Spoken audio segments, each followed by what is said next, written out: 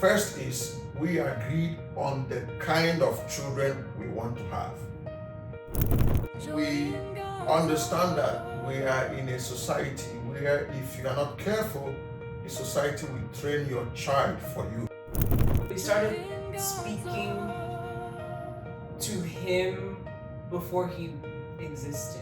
Yes. So there's a verse where it says, before you were made in your mother's womb, I knew you. That's in Jeremiah. Jeremiah 1:5. Yeah, and so we kind of went with that same concept of like, before you're even in the womb, we already know who you are going to be.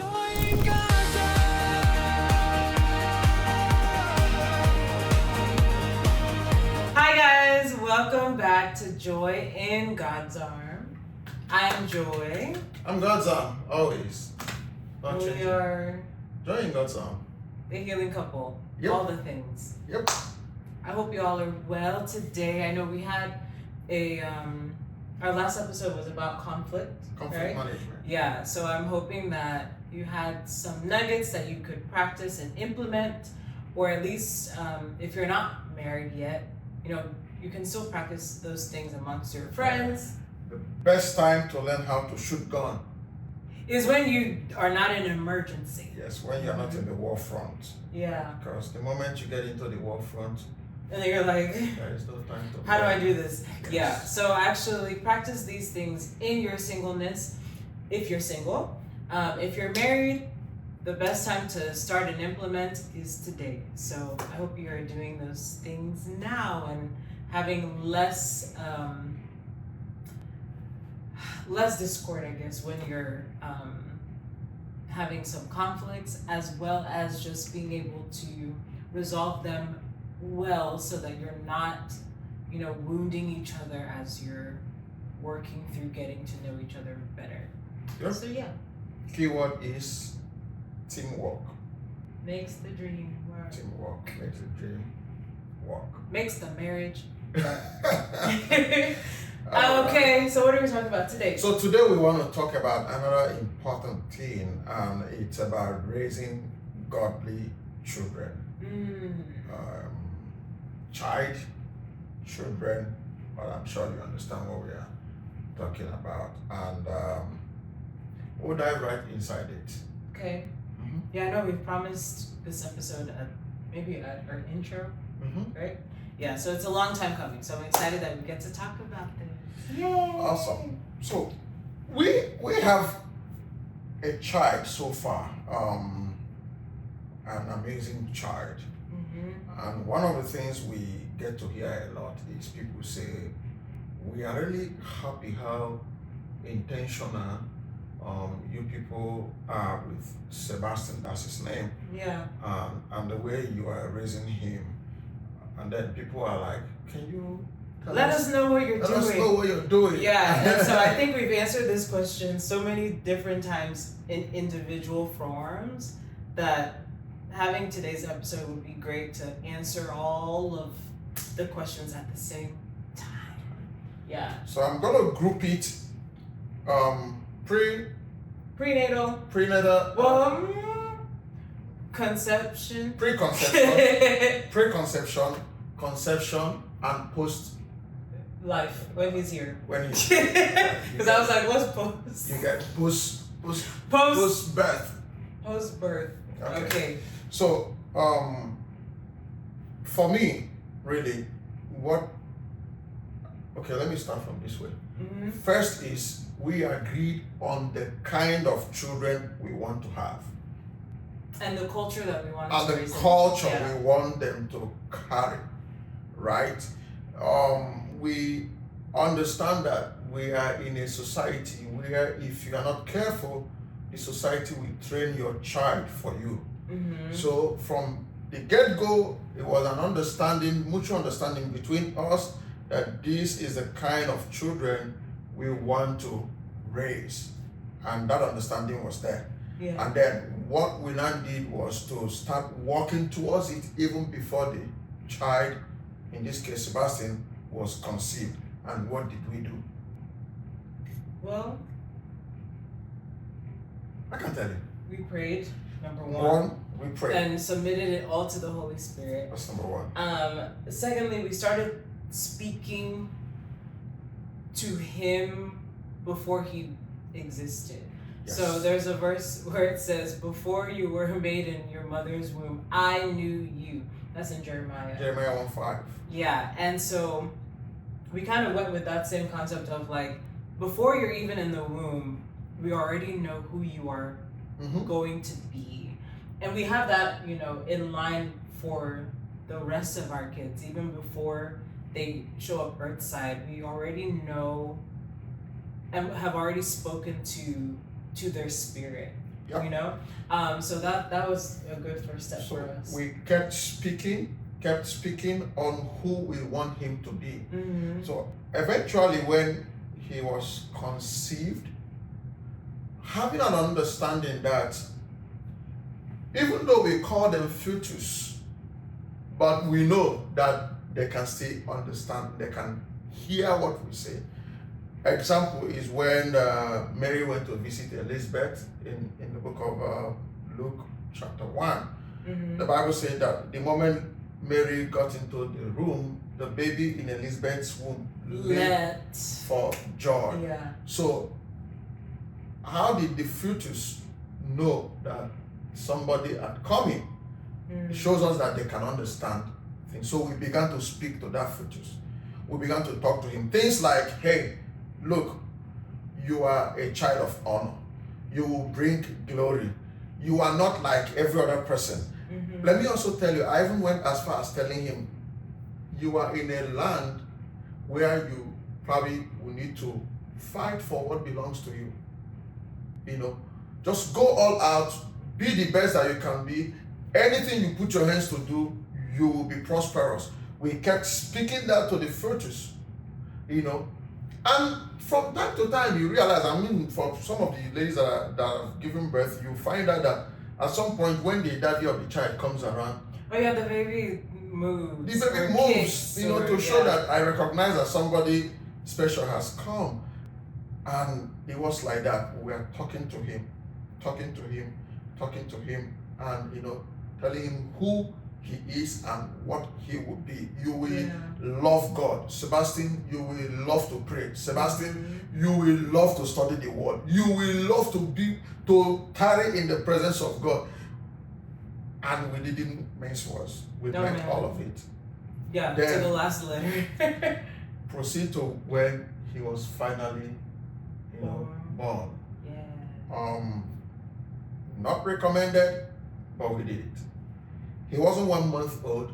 We took him for the very first retreat. Yeah, man. We took him for. Sebastian was in Christian conferences. He was 2 months from the beginning. He had already gone for two major retreats and conferences. Yes, we took him to those places. And not just like there, but like in the auditorium, and involved. Like hearing the word, hearing the praise and worship, like he was there. And I think one thing, we had like those baby earmuffs and things to control the sound. But there were times where like if it wasn't as loud or rowdy or like the speakers, so like definitely like when the word is being preached, the volume of the room is kind of reduced. Taking them off and like allowing his spirit man to be fed. I think sometimes we I don't know, we think babies are developed in some cases, and then in other cases we're like, we still, baby them and coddle them and all that stuff. And it's good to be affectionate and careful with a baby.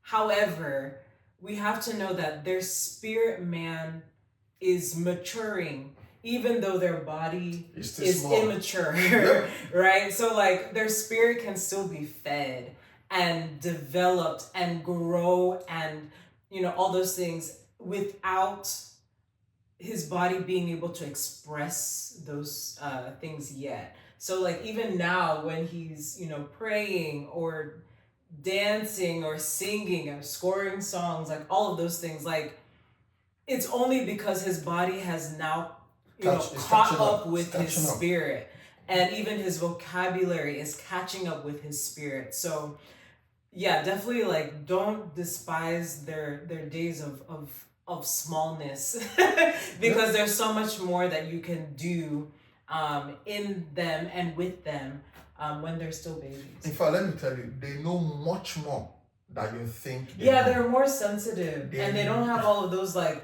blockades that we have. The Their spirit spirit's is very open, much yeah. open. Which is both, it's open. Their spirit is open. So you also have to be careful as far as like making sure that you control what enters their environment. And it brings me to the next thing. We are very, very careful with the things we bring to his environment. People, sounds, experiences. Yeah. We are very careful. Where we take him to, the things we let him watch, People actually, we leave him with. Yeah. that Seb started seeing some cartoons was when he started going to school. At home, it was nothing like a cartoon. Yeah. There was this group that used to do worship events, like in Netherlands. in Netherlands. Yeah. What's their name again? So I'm telling you, this is like 1 week old Sebastian. Yeah, he would be just hearing them like put him down, their outdoor worship. Put the outdoor worship song, and he's just there. Yeah. Soaking the worship. So nothing else, no cartoon, no jingle, no two kids. No. He's just there with the worship, soaking them in, soaking them in. And it's amazing seeing him. Yeah, seeing him now. Do the things he does now. Then one more thing that we also, because everything is really about speaking. Now, if you go to his room, we have affirmations that we wrote down, printed, framed them, and instead of putting cartoon characters on the wall, or like the cute, put those those are his affirmations, and he says them to himself now. Like you tell him to recite, he recites them to himself. And he's that old again? He's 2. Just 2. Yeah. 2 years old, yes. Yeah, so you'll say like, especially now, and we do it every night. Before he sleeps. So you go around. You go and say, Sebastian, you are, and he already knows, a child of honor and everlasting joy. And he knows even the ones that we added newly, because there were some that we added during his dedication. But these like other affirmations have exist, like they're the same ones that we had when he was a fetus. Yep. So it's not like it's just, again, his spirit man has been hearing it every single day. And so now that he's able to form the words, he can actually, say them to himself. Repeat them. Yeah. And then that's that. We're not going to stress that. It's really about if you want to follow those. But know that you have to affirm your child. Then other thing we do, we speak to him like he's an adult. Yeah. Because we know that he's spirit man. Because the spirit controls the physical, right? If you think that he's a little child, no, we talk to him like he's an adult. For instance, he is an adult. He'll be throwing some tantrum, and I'll go, "Hey, Seb." Then I dialogue with him. Do you think we don't want to give you this? Do you think we really, talk to him, and it works? Yeah, 9 times out of 10, he's like, okay.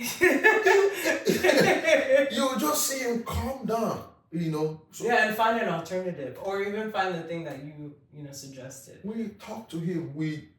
If he does something, we tell him why he shouldn't do that, why it is not the right thing to be done, and tell him what should be done. Now, granted that he's a little child. There are some things he cannot do. Sometimes, but 9 out of 10, you see that alignment coming. And when that dialogue is not working, we are not also afraid of just, like he wants something desperately. We know we can't give it to him. He's crying, no compromise. So don't worry. And I always say things like this. Hey, it's not a crying thing. Don't worry. Just relax. It's not a crying thing. when the time comes. And he will cry, he will calm down. Yeah. And then because I think we move from that point. What tends to make would I say like crying fits, tantrums, those kind of things. Like when people say the terrible twos, right? It's a battle of the will and body, Yeah. And so I find that sometimes when you're in the middle of that fit, it feels longer than what it actually is. Like in the span of time, it's only like 5 minutes. But in the moment, you're like, he's been crying for 30 minutes. I can't figure this out. But sometimes what I find is that when you don't feed into it, when you don't react into it, it passes. Like he'll come and he'll want to hug me. He'll come and he'll want to play. Like he too doesn't want to be in that state, So it's really just like enforcing the behaviors that are good and not ignoring, but like I guess in a way kind of like dismissing or like just keep it moving. Yeah, redirecting, keep it moving and do like the needful thing. Like Seb is into this we're learning how to like prepare our own food. And so there are certain foods that he can, put on his plate and he can press the button on the microwave or he can, help me cut the bread, like those kind of things. But there are moments where it's faster, easier for me to do it, right? And so there may be this like tug of like, I know mommy's making this food for me and she's making it fast, but I really wanted to do it by myself. And he'll refuse it. But in like 5-10 minutes, he goes back because that's what he wanted to eat. But I think sometimes we feed so much into the moment that we're like, okay. And sometimes kids just need to have a stable person. I think there was one person that was asking me like, how do you stay so calm? And I'm like, because one of us has to be calm. Like we both can't be and that's what in a state of disarray. Like we're always calm. So like whether he's high, whether he's low, like we are the stable, like anchored, emotionally like ready individuals, so that when he has his moment and when he's ready to settle down, that we're available. Like we're not both, throwing it up. Yeah. One more thing. If he requires a little spanking, please add it somewhere too. I know gentle parenting is good. Oh no, we gentle parent though. We gentle parent. Trust me, we do that, but the place we are bringing him to is where we don't even have to involve the other areas of spanking or using the kid or timeout or things like those. Timeout, no. That we're trying to bring him to the point where those things wouldn't even be existing. But for now, sometimes I know tap him a little bit, so he resets. Not reset. Then one other thing we also do a lot is I call him my best friend, because I believe I need to give him the opportunity and the environment to trust me and to always speak to me. So whether he's crying or anything, I always encourage him, talk, come my boy. I play a lot with him, and in the midst of that play, we are talking to ourselves. Even though some of the things he's saying, I'm trusting the Holy Spirit for interpretation to explain them. But trust me, we are having conversation. No, I know full. Yeah, and he's full really, conversation. Yeah, he's really involved in it. And you see him, he's so talking, excited. He's saying things, because I don't want my child to go outside and things he should have told me. Yeah, it's Tell another person. In fact, let me put it this way. I know some people will feel somehow, but even though my son has a friend that is of the opposite sex, right? I want him to trust me enough to tell me. Though, like, he has a crush on somebody. Yes. Okay.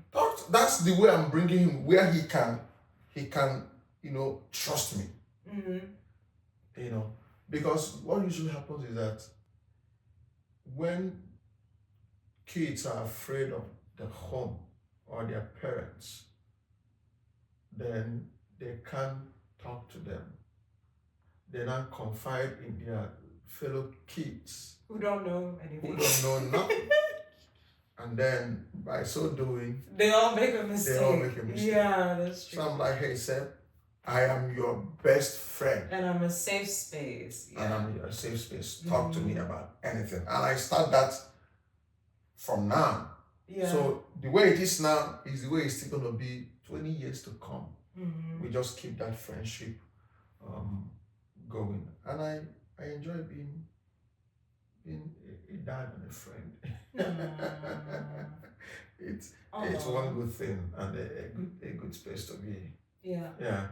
What other thing? Let's see. I think we've covered a lot actually. I would say maybe the last thing I would say is like how we let him kind of like explore. So we haven't been very heavy on screen time. Yes, we have like the music and things like playing, but and he loves dancing. Yeah. Seb has caught all this apart from maybe this last album. Because it's still coming out. But every other thing dancing, Seb has, and when I mean scored, he has scored all of them. Yeah, the ad-libs, expressions, when dancing is running around, when he's dancing, the type of dancing he does for each particular place, he knows everything. Yeah. And sometimes I'm like, and he knows this, like he has a name for each of the songs. Yeah, so like dancing titles the song, but Seb gives the song his own title. And sometimes when I look at the title, I'm like, okay, that makes sense. It makes sense. It fits the theme of the song. Yeah, like that could have been a good alternative. Very good alternative. But no, we find the things that he really enjoys, and I think we're truly like his best cheerleaders in those things. Yeah. If he kicks the ball, trust me, I'm buying soccer ball the following day. And if I see what he's doing, he plays drum, I'm getting him a drum default. And I thank God that provisions are there to get these things. But we are really like sharing him. Explore everything you can explore. Yeah. And as he's growing, he will begin to narrow down to where he really wants to focus. But we still tell him that even if you choose to do all of them, you will be great in all. Because scripture says he prospers in whatsoever he does. So why can't that be his testimony? I like that. Right? Yes. I think that's about that. Yeah. But as time goes on, because he's still a growing child, as we continue to add. Yeah, there'll definitely be different modules and things that we're adding to it. So much modules and updating them.